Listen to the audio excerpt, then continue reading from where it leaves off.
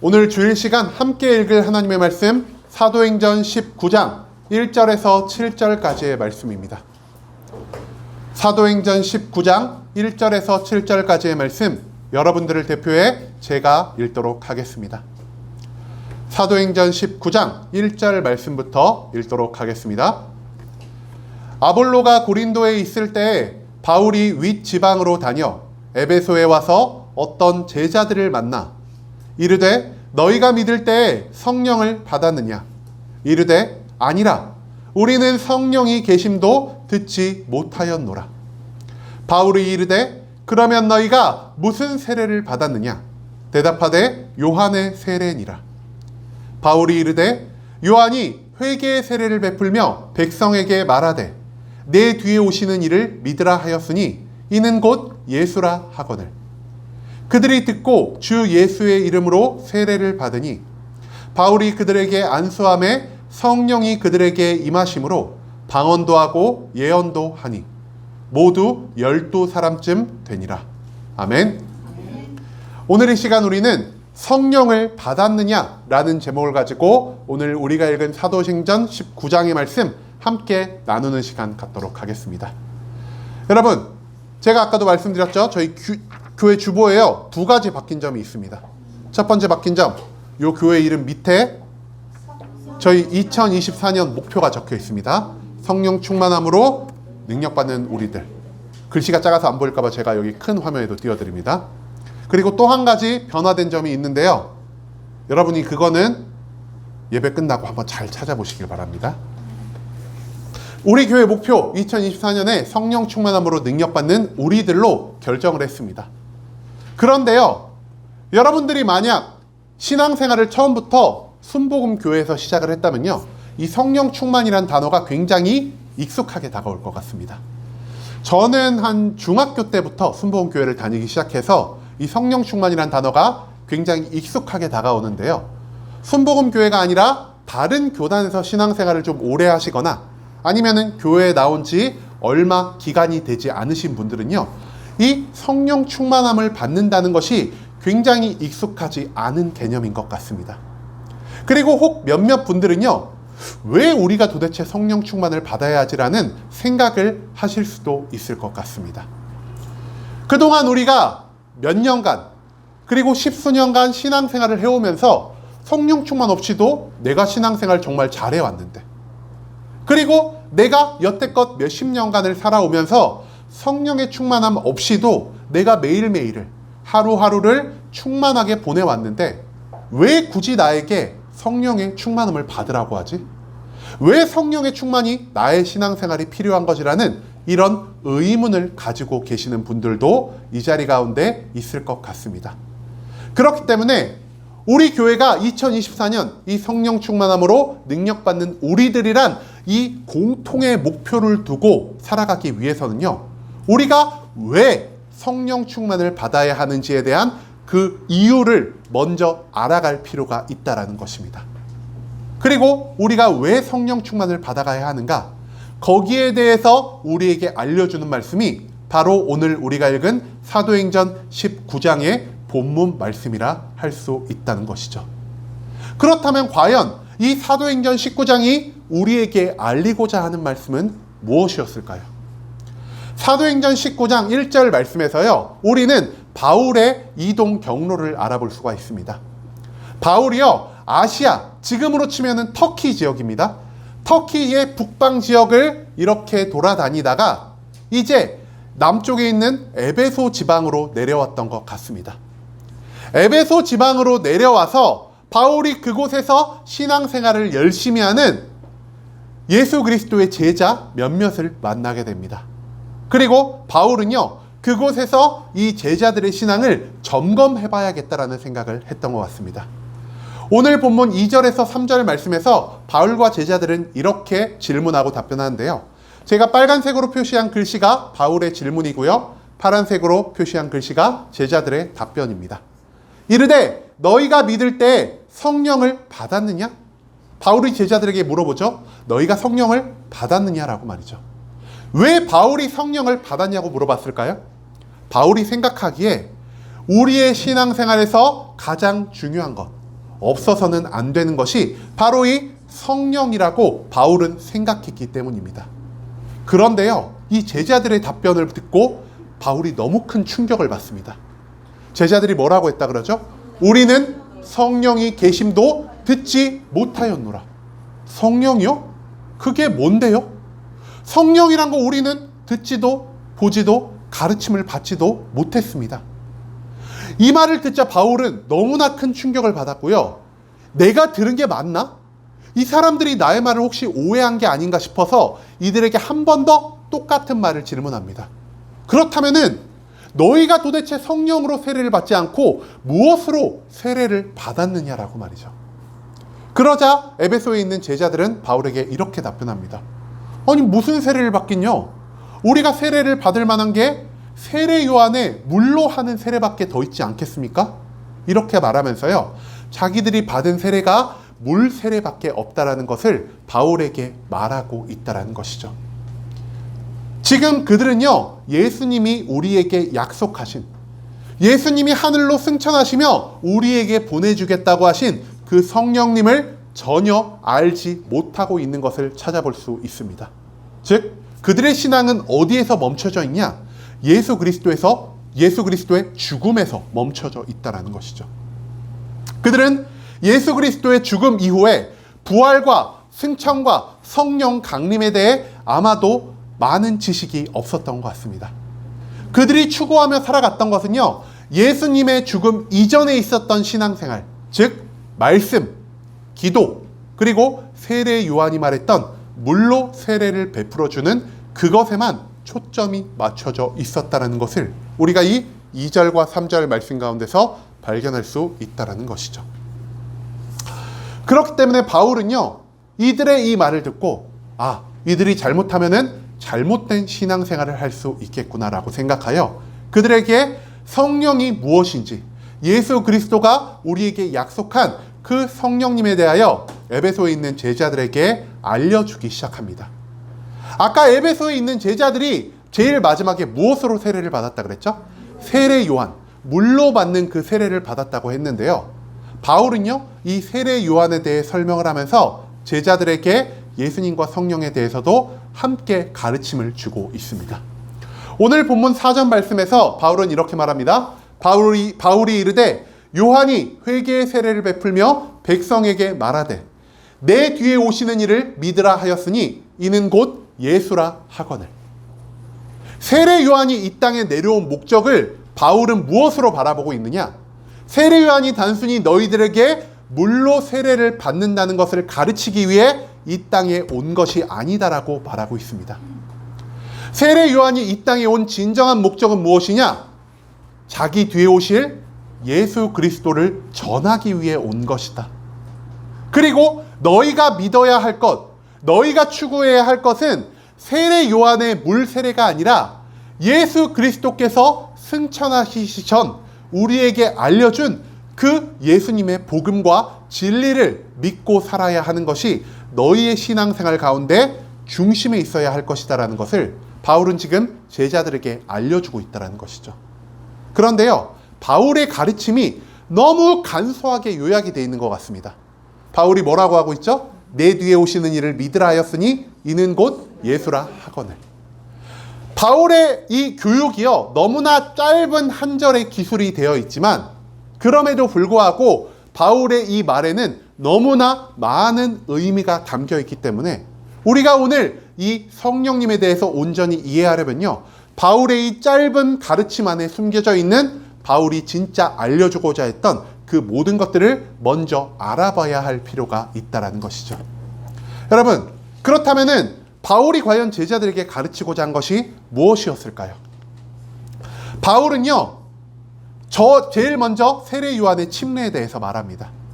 세례 요한의 이 물로 받는 세례, 우리가 물 세례를 왜 받죠? 우리가 2023년에 이 물 세례에 관해서도 한번 이야기한 적이 있거든요. 물로 세례를 받는다는 것은요, 나의 안에 있는 모든 죄를 씻어낸다라는 의미를 가지고 있습니다. 여러분, 물로 내 몸을 씻으면은 내 몸이 어떻게 되죠? 깨끗해집니다. 그런데 이렇게 깨끗해진 몸으로 내가 갑자기 물 밖에 휙 나와서 흙바닥에 막 뒹굴면서 스스로의 몸을 더럽게 할 자가 있겠습니까? 없겠죠? 나의 몸을 깨끗하게 했으면은 그 깨끗한 몸을 최대한 유지하며 살려고 하는 것이 바로 인간일 것입니다. 그렇기 때문에 세례요한은요, 물로 우리를 씻어주면서 너희가 이제 죄에서 씻김을 받았으니 하나님이 기뻐하시는 거룩의 삶을 찾아가는 것이 어떠하냐는 이 가르침을 우리에게 준 것이죠. 즉 세례 요한의 가르침은요, 죄를 씻기게 하는 물 세례의 가르침이라고 할 수 있습니다. 그런데 문제는 무엇이냐? 이 물로 받는 세례는요, 우리의 죄를 씻어주기만 한다는 문제가 있다는 것이죠. 여러분, 여기서 혹시 한 달 전에 샤워하고 샤워 안 하시는 분 계실까요? 다들 깔끔한 분이시네요. 우리 샤워 보통 얼마마다 한 번씩 하죠? 매일매일 하시죠? 그래야지 우리 몸이 깨끗해지고 우리가 병에 걸리지 않을 수 있으니까요. 왜 우리가 샤워를 매일매일 할까요? 어제도 했는데 왜 오늘 또 할까요? 밖에 돌아다니다 보면은 내 몸에 더러운 것들이 묻고 내 몸에 막 각질도 일어나고 그러니까 이거를 매일매일 깨끗이 닦아내지 않으면 우리 스스로가 더러워지잖아요. 이 물세례도 똑같다라는 겁니다. 물론 내가 한번 씻김을 받았다 한들 우리는요, 세상 가운데 나가서 얼마든지 죄를 지으며 살아갈 수밖에 없는 인간이라는 사실을 우리가 기억하길 소망합니다. 그렇다면 우리가 죄를 지을 때마다 물세례를 받으러 갈 수가 없잖아요. 이 근처에 하물며 대중목욕탕에 가서라도 내가 오늘 죄를 지었으니 대중목욕탕에 가서 발끝부터 머리끝까지 물로 한번 이렇게 담갔다 올라와야겠다. 이렇게 우리가 너무나 많은 귀찮음을 감수하면서 살지 않지 않겠습니까? 그렇기 때문에 예수 그리스도는요, 이 물세례가 주는 의미를 알고 있었지만 이 물세례가 가지고 있는 이 한계 또한 알고 계셨던 분이십니다. 그렇기 때문에 예수 그리스도는 이 땅에 오셔서 우리를 위해 무엇을 하셨죠? 십자가에 달려 못 박혀 죽으셨습니다. 그리고 우리는 무엇을 통해서 이제 물이 아니라 무엇을 통해 죄의 씻김을 받을 수 있게 되었다고 성경은 가르치고 있죠? 바로 예수 그리스도의 보혈의 피를 통하여 나의 죄를 모두 씻김 받을 수 있다고 성경은 말하고 있습니다. 그런데요, 이 물로 하는 세례는 우리의 죄를 씻고 끝날 뿐이지만 이 예수 그리스도의 보혈의 피로 받는 이 변화는요, 나의 죄를 씻을 뿐 아니라 나의 삶을 완전히 변화시키는 거듭나게 하는 능력이 있다는 것입니다. 내가 더 이상 나의 몸에 더러운 것을 묻히고 살지 않는다면은 내가 몸을 씻을 필요가 있을까요? 나의 삶이 변화된다는 것은 무엇이냐? 이제는 내 주변에 얇은 코팅막을 설치를 해가지고 나의 몸에 더러운 것들이 접근하지 못하게 하는 그러한 놀라운 효과를 만들어낸다는 것을 의미합니다. 즉 예수 그리스도의 보혈의 피로 거듭난 사람은요, 더 이상 죄를 짓지 않고 살기 때문에 하나님의 거룩과 하나님의 사랑에 가까워지는 삶을 살기 때문에 더 이상 물에 들어가서 나의 죄를 씻는 이 번거로운 일을 하지 않아도 되는 거듭남을 얻게 된다는 것이죠. 그런데 지금 예수 그리스도의 보혈의 피 여러분 가지고 계십니까? 이렇게 통에 받아가지고 우리가 필요할 때마다 이렇게 몸에 찍어 바르고 문지르면서 예수 그리스도의 피로 보혈 받았다. 우리가 이런 분들 여기 한 분이라도 계실까요? 아무도 안 계시죠? 예수 그리스도의 보혈의 피는요, 이 물리적인 액체가 아니란 겁니다. 그렇다면 우리가 과연 어떻게 예수 그리스도의 보혈의 피로 거듭남을 얻을 수 있을까요? 바울은 말합니다.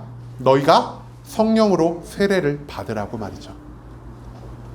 성령이 나의 안에 충만하게 임하실 때 성령님이 나의 삶의 중심이 되셔서 나의 삶의 모든 것을 변화시킬 때 우리는 나의 안에 계신 성령님을 통하여 예수 그리스도 보혈의 피를 경험하게 될 수 있다는 것입니다. 나의 삶이 거듭난다는 것은요, 내가 다시 태어난다는 것을 의미합니다. 다시 태어난다는 것은 무엇을 의미하냐? 과거에 있던 내가 한번 죽었다가 다시 살아나는 것을 의미한다는 것이죠. 마치 예수님이 그러하셨던 것처럼요. 내가 죽기 위해서는 내 안에 주인된 나의 자아가 사라져야 합니다. 내가 죽고 난 다음에 나의 삶의 중심, 나의 삶의 주인된 자리에 누가 앉아 계셔서 나의 삶을 이끌어 가야 하는가? 바로 성령님이 나의 삶의 주인의 자리에 앉으셔야 한다라는 것을 의미하는 것이 바로 이 성령 세례라는 것입니다.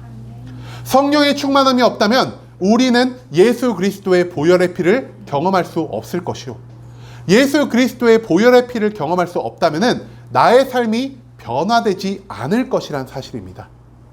그렇기 때문에 바울은요, 이 모든 제자들에게 물로만 세례를 받을 것이 아니라 예수 그리스도의 이름으로 그분이 약속하신 성령을 너희가 받아야만 한다라는 것을 우리에게 알려주고 있다라는 것이죠. 예수 그리스도는요, 하늘로 승천하시기 전에 우리에게 약속하셨습니다. 내가 너희에게 보혜사 성령님을 보내주실 것이라고 말이죠. 보혜사, 성령님이 우리의 삶을 도와주신다고 하십니다. 우리의 삶을 도우며 우리의 삶을 거듭나게 하시며, 이제는 내가 나의 만족과 유익을 위해 사는 것이 아니라 하나님의 뜻을 따라 살 수 있도록 나의 삶의 모든 것을 인도하여 주시는 그 성령님을 예수 그리스도가 약속하셨습니다. 그리고 이 성령님이 우리에게 오셨을까요? 오셨습니다. 언제 오셨냐? 사도행전 1장에 나오는 오순절 성령 강림 다락방 사건에서요. 예수님이 승천하신 뒤 예루살렘의 어떤 다락방에 모여서 무릎을 꿇고 몇 날이고 며칠이고 기도하던 이 제자들의 머리 위에 불의 혀같이 갈라지는 것들이 강력하게 임재하기 시작합니다.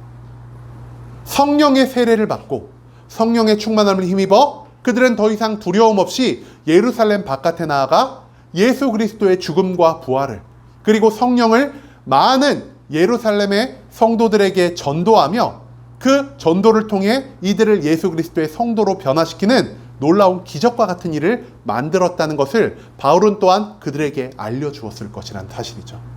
즉, 성령님, 예수 그리스도가 약속하신 이 성령님은 이미 우리 세상 가운데 성취가 되었고, 누구든지 예수 그리스도의 성령을 구하는 자는 하나님의 선물을 받아서 성령의 충만함으로 예수 그리스도의 보혈을 통해 거듭날 수 있게 된다라는 것을 바울은 그들에게 이 짧은 한 절의 가르침을 통해 알려주었을 것이라는 거죠. 그 다음에 이 제자들이요, 이 바울의 가르침을 듣자마자 마음속에 성령님에 대한 사모함이 생겨나기 시작합니다. 내가 여태껏 수십 년 동안 열심히 쌓아왔던 내 기존의 신앙생활의 모든 것들을 버려두고요, 이제는 바울이 우리에게 알려준 더 새로운 것, 더 귀한 것, 더 중요시 여겨야 하는 성령님을 구하며 나아가기 시작합니다. 오늘 본문 5절에서 7절 말씀 가운데서 성경은 이렇게 기록하고 있습니다.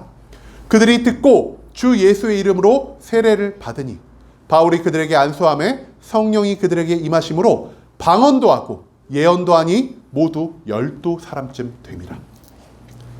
그들은 이제 자기가 과거에 했던 모든 신앙생활을 내려둡니다. 그리고 오직 예수 그리스도의 이름으로 그분이 약속하신, 간절히 구하는 자에게, 기도함으로 구하는 자에게 주신다고 약속하셨던 그 성령의 충만함을 구하기 시작합니다. 그들이 성령의 충만을 구하며 기도하기 시작할 때 바울 또한 성령님의 인도하심을 받아 그들의 머리에 손을 얹고 안수함으로 기도하기 시작했고요. 그러자 어떠한 일이 발생하죠? 성령님의 충만함이 그들에게 임하기 시작합니다. 성령의 충만은요, 단순히 관념적인 것, 우리의 느낌적인 것에서 끝나는 것이 아닙니다. 성령의 충만을 받으면 우리의 육신, 우리의 외적인 모습에도 특정한 변화가 일어나기 시작하는데요. 성경은 그것을 무엇이라 기록하고 있냐? 그들이 방언도 하고 예언도 한다. 방언과 예언으로 대표되는 성령의 각종 은사가 그들의 육신을 통해 발현되었다는 것을 지금 이 사도행전 말씀은 우리에게 알려주고 있다는 것이죠. 그 다음에 성경이 기록하고 있는 것은 무엇이냐? 모두 성령을 받은 자가 12사람쯤 됨이라. 정말로 12사람만이 성령을 받았다고 성경이 기록한 걸까요? 성경의 숫자에는요, 의미가 있다라고 제가 여러분들께 몇 번이고 말씀을 드렸죠. 이 12라는 숫자에도요, 특별한 의미가 있습니다. 여러분, 12 하면 제일 먼저 무엇이 떠오르시나요? 12제자. 신약을 열심히 읽으신 분들은 12제자부터 생각이 날 거고요. 구약을 열심히 읽으신 분들은 이스라엘 12지파가 생각나실 겁니다. 이 12이 상징하는 뜻은요, 충만함, 완전함이라는 뜻을 가지고 있습니다. 즉 에베소 교회에 있는 성령을 받기 원하는 모든 성도들이 충만함과 완전함으로 성령의 세례를 받게 되었다는 것을 우리가 오늘 이 말씀을 통해 발견하게 된다라는 것이죠. 여러분, 그런데도요, 아직까지 우리의 머릿속에 의문이 드는 것이 있지 않습니까? 아, 그래요. 성령 받는 거 좋아요. 바울도 성령을요, 받으라고 했으니까 우리가 받아야죠. 그런데 우리가 옛날에 해오던 우리의 그 신앙생활을 굳이 성령보다 더 나쁜 거라고 생각할 필요가 있을까요? 우리가 옛날에 하던 신앙생활도 나쁜 건 아니었잖아요. 좋은 거고 나에게 익숙한 거였잖아요. 라고 생각하시는 분들이 있지는 않으신가요? 예수님 이전에 우리는요, 이 세 가지를 가지고 신앙생활을 했습니다. 첫 번째가 말씀이고요. 두 번째가 기도입니다. 세 번째가 바로 가장 최근에 한 것, 물로 받는 세례 요한의 물 세례라는 것이죠. 우리가 말씀을 통해서 할 수 있는 것은 무엇일까요? 말씀을 통해서 하나님을 알아갈 수 있습니다. 이 기록된 말씀, 우리의 성경 말씀 가운데 무엇이 적혀 있죠? 하나님이 어떤 분이신지, 그리고 하나님이 무엇을 좋아하시는지, 하나님이 싫어하시는 것이 무엇인지를 우리는 이 성경 말씀을 통해 배워갈 수 있다는 것입니다. 우리가 성경을 통해 하나님이 좋아하고 싫어하시는 것을 깨달았다면요, 우리가 하나님이 좋아하는 것을 따라 살겠고 하나님이 미워하시는 것들은 점점 멀리하며 살아갈 것입니다. 말씀의 참된 목적이 바로 하나님을 알아가는 데 있다는 것, 우리가 그것을 예수 그리스도 이전의 신앙생활에서 발견할 수 있을 것입니다. 그 다음 기도입니다. 여러분, 저희가 2023년 마지막 말씀 가운데서도 이 기도가 무엇인지 한번 나눈 적이 있죠. 기도는요, 단순히 내가 원하는 것을 하나님께 구하며 나아가는 시간이 아니라 하나님과 내가 이 기도의 시간을 통해 서로 소통하는 대화의 시간이라는 것을 우리가 2023년 마지막 말씀을 통해서도 한번 나눈 적이 있습니다. 이 대화를 통해 우리가 얻을 수 있는 것이 무엇이냐? 예수 그리스도의 위로를 얻을 수 있고요, 우리가 어떤 방향으로 살아가야 할지, 우리가 무엇을 하며 살아가야 할지를 우리가 이 기도의 시간, 대화를 통해 하나님께 깨달음을 얻게 된다는 것이죠.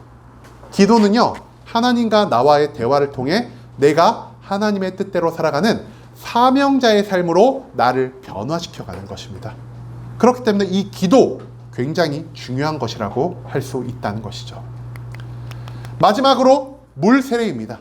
아까도 말씀드렸죠? 물 세례는요, 우리의 죄를 씻어서 우리의 육신을, 우리의 마음을 깨끗게 하게 하려는 목적을 가지고 있습니다.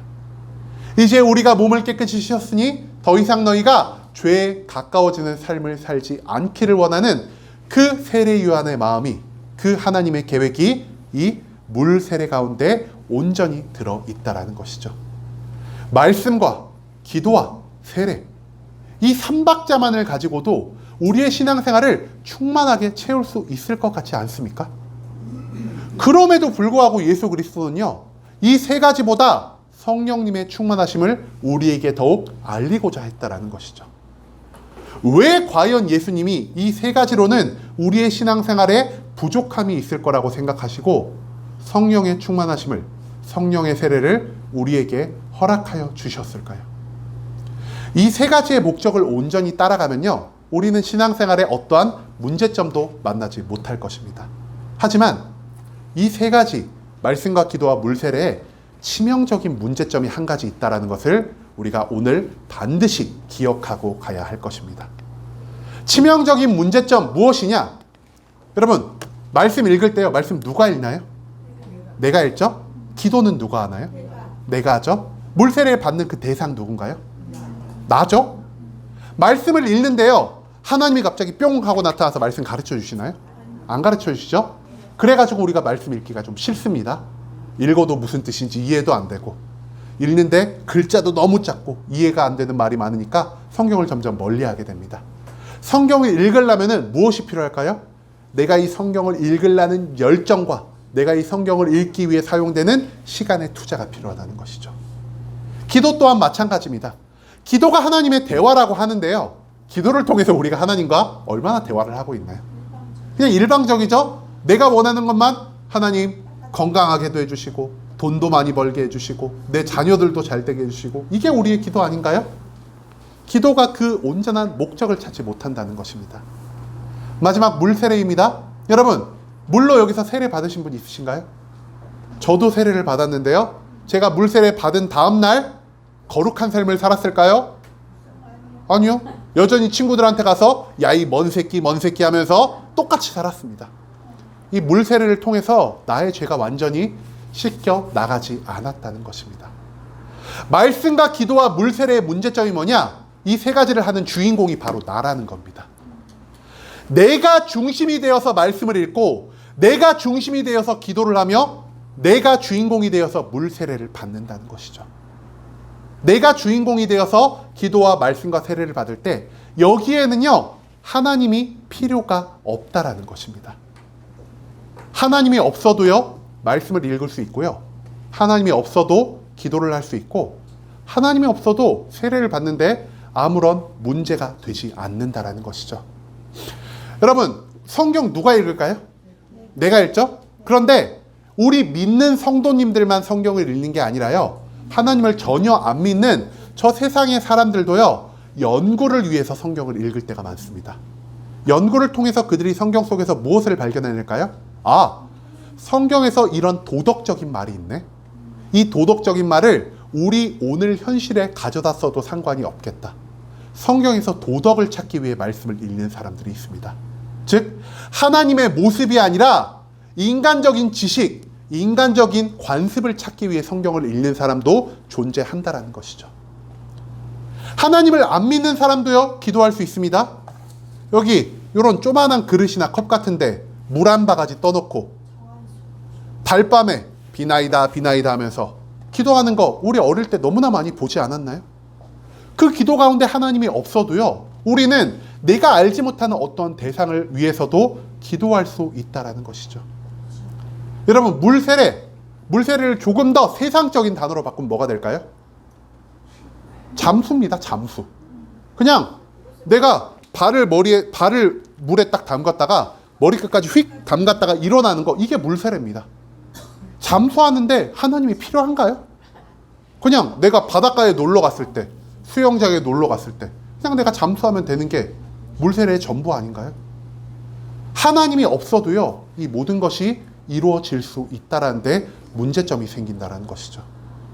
물론 말씀을 통해, 기도를 통해, 물세례를 통해서 하나님의 모습을 발견한 사람이요, 있을 겁니다. 그런데 그 사람이 몇 명이나 되냐 하겠냐는 것이죠. 100명 중에 1명? 1000명 중에 1명? 10,000명 중에 1명이라도 있으면은 정말 많은 수의 사람들이 이 말씀과 기도와 물세례 가운데서 하나님을 발견할 수 있을 것입니다. 이 기도와 말씀과 물세례 가운데 하나님이 없으시면 어떤 문제가 생기냐? 말씀은 단순히 도덕이 될 것이고요. 기도는 단순히 나의 마음에 위안을 주는 개인적인 만족으로 끝날 것이고요. 물세례는 우리의 기분을 전환하기 위한 한 가지 행사, 한 가지 이벤트로 끝나게 될 것이라는 것이죠. 이 세 가지에는요, 하나님이 존재하실 수도, 하나님이 존재하지 않으실 수도 있습니다. 그런데 대부분 사람들은 이 안에서 하나님을 찾기보다 오히려 내가 중심이 돼요. 나의 열정과 나의 노력과 나의 시간 투자와 나의 기분을 중심으로 말씀과 기도와 세례를 대하고 있다는 것에서 가장 큰 문제점이 발생할 수 있다는 것입니다. 하지만 성령의 충만은 어떨까요? 성령님이 우리에게 충만하게 임하셔서 우리가 성령의 세례를 받는 것은요, 완전히 다른 것을 만들어낸다라는 것이죠. 여러분, 말씀을 읽는 것처럼, 기도를 하는 것처럼, 물세례를 받는 것처럼 내가 원하기만 하면은 성령 받을 수 있으신가요? 내가 교회를 열심히 1년 내내 빠지지 않고 나오면 성령을 내가 받을 수 있을까요? 내가 기도 한 번 나올 때마다 1점 해가지고 100점을 채우면은 성령을 받을 수 있을까요? 내가 반년마다 한 번씩, 1년마다 한 번씩 성경을 처음부터 끝까지 읽으면은 성령을 받을 수 있을까요? 성령은요, 내가 열심히 노력한다 한들 함부로 받을 수 있는 게 아니라는 겁니다. 성령을 주시는 분이 누구시죠? 하나님이십니다. 성령은요, 하나님이 그분에게 성령을 간절히 구하는 자에게 주시는 선물이라는 겁니다. 선물이 무엇이죠? 내가 받고 싶다고 해서 받는 게 선물인가요? 아닙니다. 선물은요, 주고 싶은 사람이 줄 때 그것이 선물이 된다라는 것이죠. 즉, 성령의 세례는요, 나 혼자 마음대로 할 수 있는 게 아니라는 겁니다. 즉, 내가 성령의 세례를 받았다는 것은 무엇을 의미하냐? 내가 나의 힘으로 할 수 있는 모든 것들을 이제 내려두고 하나님이 하실 수 있는 것을 중심으로 나의 삶을, 나의 신앙생활을 해나가야겠다고 결정한다는 것이죠. 즉, 성령의 세례는요, 이제 내가 주인공이 된 신앙생활을 하는 것이 아니라 하나님이 나의 삶에, 나의 신앙생활의 주인공이 되게 만들어 주신다는 것을 인정하는 것을 의미하는 것입니다. 성령의 세례를 받는 것은요, 단순히 내가 엄청난 능력을 얻기 위해서, 세상 가운데서 잘 살기 위해서, 내 기분을 전환하기 위해서 얻는 것이 아니라, 하나님, 이제는 내가 나의 삶을 마음대로 주인되어 나의 삶을 내 멋대로 살아가지 않겠습니다. 내가 이런 길로 행하며 살아가고 싶다 한들 하나님이 나에게 이 길을 원하신다면은 나는 내가 원하는 길을 포기하고 하나님이 원하는 길로 살아가겠습니다라고 고백하며 하나님이 나의 삶의 주인 되기를 원하며 살아가는 그것이 바로 성령의 세례, 성령의 충만함이라는 것입니다. 기도와 말씀과 물세례의 주인공은요, 내가 될 수도 있고 하나님이 될 수도 있지만 이 성령 충만함, 성령 세례의 주인공은 절대로 내가 될 수 없다라는 것이죠. 그렇기 때문에 예수 그리스도는요, 우리에게 성령의 충만함을, 성령의 세례를 받으라고 알려주고 계신다는 겁니다. 그 다음에 과연 그렇다면 성령 세례를 통해 우리 삶에 어떤 변화가 일어날지 우리가 이것을 또한 알아볼 필요가 있을 것 같습니다. 여러분, 아까 말씀 누가 읽는다고 했죠? 내가. 하나님이 없는 말씀이 무엇으로 귀결될 수밖에 없다고 말씀드렸죠? 세상의 지식, 도덕. 그런데요, 성령님이 나의 안에 충만히 계셔서 성경을 읽게 되면은 다른 일이 일어납니다. 말씀을 읽을 때요, 이제는 내 지식이, 내 경험이, 내가 이전에 들었던 말씀이 이 성경을 해석해 주는 게 아니라 내 안에 계신 성령님이 하나님의 뜻에 따라서 이 말씀을 깨닫게 하시고 이해하게 해 주신다라는 겁니다. 성령의 충만함을 받은 다음 성경을 읽으면요, 이 성경 안에 살아 숨쉬는 하나님을 발견할 수 있게 된다는 것이죠. 기도, 여러분 누가 기도하는 거죠? 내가. 무엇을 위해 기도하죠? 나의 만족과 유익을 위해서. 그런데요, 성령이 나의 안에 충만하면요, 어떤 기도가 일어나냐? 이제는 나의 삶의 만족과 유익을 버리고 내가 하나님의 사명을 쫓아 기도하게 된다는 것입니다. 우리 교회에 좀 오래 다니신 분들은 이 말 되게 많이 들어보셨을 겁니다. 목사님들이 종종 교단에 나와서 하시는 말씀 무엇이냐? 먼저 그 나라와 그 의를 구하라, 그러죠? 하나님의 사명을 쫓아가는 것이 먼저 그 나라와 그 의를 구하는 것입니다.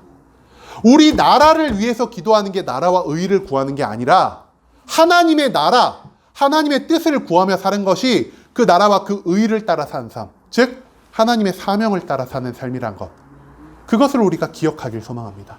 성령님이 나에게 충만하실 때, 내가 그 성령의 충만함으로 기도할 때 이제는 나의 만족과 유익의 모든 기도 제목이요, 하나님의 나라와 하나님의 의를 구하는 그 기도 제목으로 성령님이 변화시켜 주시기 때문에 우리가 성령 충만함, 성령의 세례를 받아 마땅히 기도해야 한다는 것을 예수 그리스도는 우리에게 알려주고 있다는 것이죠. 여러분, 그 다음 성령 세례입니다. 아까도 말씀을 드렸지만 성령 세례 받는다는 것은 무엇을 의미하냐? 예수 그리스도의 보혈의 피를 성령님의 충만함을 통해 경험하게 된다는 것을 의미합니다. 내가 예수 그리스도의 보혈의 피로 나의 모든 죄를 깨끗이 씻었을 뿐 아니라 나의 삶을 거듭나게 만들었습니다. 나를 중심으로 살아가던 모든 삶이 한번 죽었기 때문에, 그리고 나의 삶에 죽은 것이 성령님의 세례로 다시 부활했기 때문에 이제는 나의 삶의 주인이 내가 아니라 하나님이 되신다는 것입니다. 그렇기 때문에 성령 충만함이 아니고서는 절대 우리는 나의 삶을 변화시킬 수 없습니다. 오죽하면 세상에 무슨 말이 있죠? 천하를 바꾸는 것보다 무엇을 바꾸는 게 어렵다 그러죠? 내 마음을 바꾸는 게 어렵다 그럽니다. 하지만 이 바꾸기 어려운 마음이요, 성령의 충만함을 통해 세례를 받게 된다면은 너무나 손쉽게 변화될 수 있다는 것을 예수 그리스도는 우리에게 알려주고 있다는 것이죠. 성령 충만으로 말씀을 읽고 기도하고 성령 세례를 받을 때 이제는 내 중심의 신앙생활에서 벗어나 하나님 중심의 신앙생활을 하며 살아갈 수 있습니다. 내 중심으로 신앙생활을 하며 살아갈 때 문제점이 뭐냐? 내 의의가 높아진다는 겁니다. 나 성경 10번 읽었어. 나 매일매일 기도하러 나와. 야, 너 물세례는 받아봤냐? 나는 한국에서 안 받고 이스라엘로 성지순례 가서 요단강에서 물세례 받았어. 이게 뭐가 되죠? 우리의 자랑이 된다는 겁니다. 그런데요, 성령의 충만을 받아서 말씀과 기도와 세례를 대하게 되면요, 이 모든 것이 나의 자랑이 되는 것이 아니라 이 모든 것을 통해 우리가 하나님께 영광을 돌릴 수 있게 된다는 것이죠. 내가 말씀을 읽었더니 하나님이 나에게 이 말씀을 해석하게 하셨어. 하나님이 이 말씀에 깨달음을 주신 거야. 내가 기도했더니 내가 하나님의 뜻대로 살아갈 수 있는 능력을 받게 되었어. 하나님이 다 하신 거야. 내가 성령의 세례를 받았더니 나이가 여태껏 이기적이고 나밖에 모르는 삶을 살았다가 이제는 남들을 아끼고 사랑하며 남들에게 베풀 줄 아는 사랑이 넘치는 삶을 살게 되었어. 내가 노력해서 이렇게 산 게 아니라 하나님이 나의 삶을 변화시켜 주셔서라는 나의 의의가 높아지는 삶에서 벗어나 하나님을 높여드리고 하나님께 나의 삶의 모든 감사와 영광을 올려드리는 삶으로 변화될 수 있다는 것을 이 성령의 세례가 의미한다라는 것입니다. 여러분, 오늘 말씀 가운데서 우리는요, 계속해서 이 성령의 충만함, 성령의 충만함으로 받는 세례에 집중을 하고 있습니다. 왜 성령일까요? 성령이 없으면요, 어떤 문제가 발생하느냐? 하나님이 없는 신앙생활이 필연적으로 발생할 수밖에 없다라는 것입니다. 하나님이 없는 신앙생활을 우리가 어찌 신앙생활이라 부를 수 있겠습니까? 하나님이 없는 신앙생활은요, 아무런 의미가 없는 너무나 불완전한 신앙생활이 될 수밖에 없다라는 것입니다. 여러분, 우리가요, 하나님을 믿으면서 어떤 삶으로 변화하죠? 거룩과 사랑의 삶. 세상 사람들이 보기에 저 사람 어떻게 저렇게 살아갈 수 있지? 너무나 하나님을 믿는 사람의 삶이 저렇게 아름다운 삶의 모습이구나. 우리가 이것을 추구하며 살아가지 않습니까? 그런데요, 성령님이 우리의 신앙생활 가운데 없으시다면요, 우리가 여기서 말씀 읽고 예배 드릴 필요 없습니다. 나가셔서 봉사활동 하십시오. 그게 차라리 우리의 도덕을 위해 훨씬 나은 선택이 될 것입니다. 성령님이 나에게 충만하게 계시지 않으셔서 하나님 없는 상태로 내가 기도한다면요, 우리의 기도가 무슨 쓸모가 있겠습니까? 여러분, 차라리 기도하는 시간에 나가셔서 영어라도 한 자 더 외우십시오. 그게 나의 삶을 더 풍성하게 만드는 데 도움이 될 것입니다. 성령 충만하지 않는데, 하나님이 없는데 내가 왜 물세례 받아야 합니까? 나의 기분을 전환시키기 위해서? 그럴 거라면 차라리 나가서 내가 좋아하는 사람들과 어울리면서 세상 속에서 즐거움을 찾는 게 나를 위해서 훨씬 나은 선택이라는 것이죠. 그럼에도 불구하고 우리는 이 자리에서 말씀을 읽고 기도하고 하나님께 찬양하며 우리의 삶이 완전히 거듭나는 성령의 세례를 구하고 있습니다. 왜 이 모든 것들을 우리가 이 자리에서 구할 수 있느냐? 우리가 구하는 자에게 선물로 허락될 그 성령의 충만함을 믿고 나아가기 때문입니다. 우리의 신앙생활에서 가장 중요한 것은요, 이 성령님의 충만함, 성령님의 세례, 성령님의 체험이라는 것입니다. 성령님의 체험이 없다면 우리의 말씀 읽는 것, 우리의 기도하는 것, 우리의 세례 받는 것이 모두 헛되다라는 것이죠. 여러분, 요즘요, 주변에 교회가 너무나 많이 무너지고 있습니다. 왜 교회가 많이 무너질까요? 몇몇 사람들은 말합니다. 목사들이 악하게 살아서 그렇다. 또 목사님들은 말하죠. 아니야, 성도들이 잘못 살아서 그래. 그리고 어떤 사람들은 말합니다. 아유, 요즘 누가 교회 다녀요? 교회보다 더 좋은 데가 많은데. 그런데 그거는요, 교회가 무너지는 근원적인 이유는 될 수 없습니다. 교회가 무너지는 이유 무엇입니까? 교회 안에 하나님이 없어서 그렇습니다. 왜 교회 안에 하나님이 없을 수밖에 없습니까? 교회 안에 있는 예배 공동체 우리 한 사람 한 사람이요, 성령의 충만함을 받아서 신앙생활하지 않기 때문입니다. 저 수많은 성도들이 있는 여의도 순복음교회도요, 그 안에 성령의 충만함이 없다면 내년이라도 몇 달 후에라도 모래성과 같이 무너져 내릴 것이고요. 여기 지금 함께 예배를 드리고 있는 순복음 함께하는 교회도요, 성령의 충만함이 없다면은 당장 내년이라도 문을 닫을 수 있게 된다라는 것을 우리가 기억하길 소망합니다. 교회가 무너지는 이유는요, 말씀이 부족해서도 아니고, 기도가 부족해서도 아니고, 행사가 부족해서도 아니고, 성령의 충만함이 부족해서라는 사실을 우리가 기억하길 소망합니다. 2024년 우리의 목표는요, 성령 충만함으로 능력받는 우리들입니다. 우리가 2023년 성경 공부 너무 열심히 참여하면서 우리의 신앙생활 해왔습니다. 2023년 중반부터는요, 우리가 새벽과 저녁마다 기도 모임으로 모이며 함께 기도하며 살아왔습니다. 하지만 이 가운데 정작 중요한 것이 한 가지 빠져 있었습니다. 바로 성령의 충만이라는 것이죠. 그렇기 때문에 2024년 우리가 이 1년은요, 성령 하나님으로 우리 2024년을 가득 채울 수 있게 되기를 소망합니다. 오직 성령님이 나의 안에 충만히 임재하셔야만 나의 말씀을 통해 내가 하나님을 발견할 수 있고요, 나의 기도를 통해 하나님과 대화할 수 있으며, 내가 성령의 세례를 받아 나의 삶의 모든 것들을 완전히 변화시킬 수 있습니다. 성령님이 함께 하셔야만 내가 예수 그리스도의 보혈의 피로 완전히 거듭날 수 있다는 것을 기억하시며, 이제는 이 세상의 모든 것들을 구하며 살아가는 것이 아니라, 나의 만족과 유익을 구하며 살아가는 것이 아니라, 여기 앉아 계신 순복음 함께하는 교회 모든 예배 공동체의 성도님들이 성령의 충만함이라는 이 기도 제목을 두고 우리 2024년, 우리 365일의 기간 동안 여기 앉아 계신 모든 분들이 성령의 충만함을 받아 성령의 능력으로 완전히 변화될 수 있는 그러한 성도님들이 될 수 있길 간절한 마음으로 소망하겠습니다. 아멘.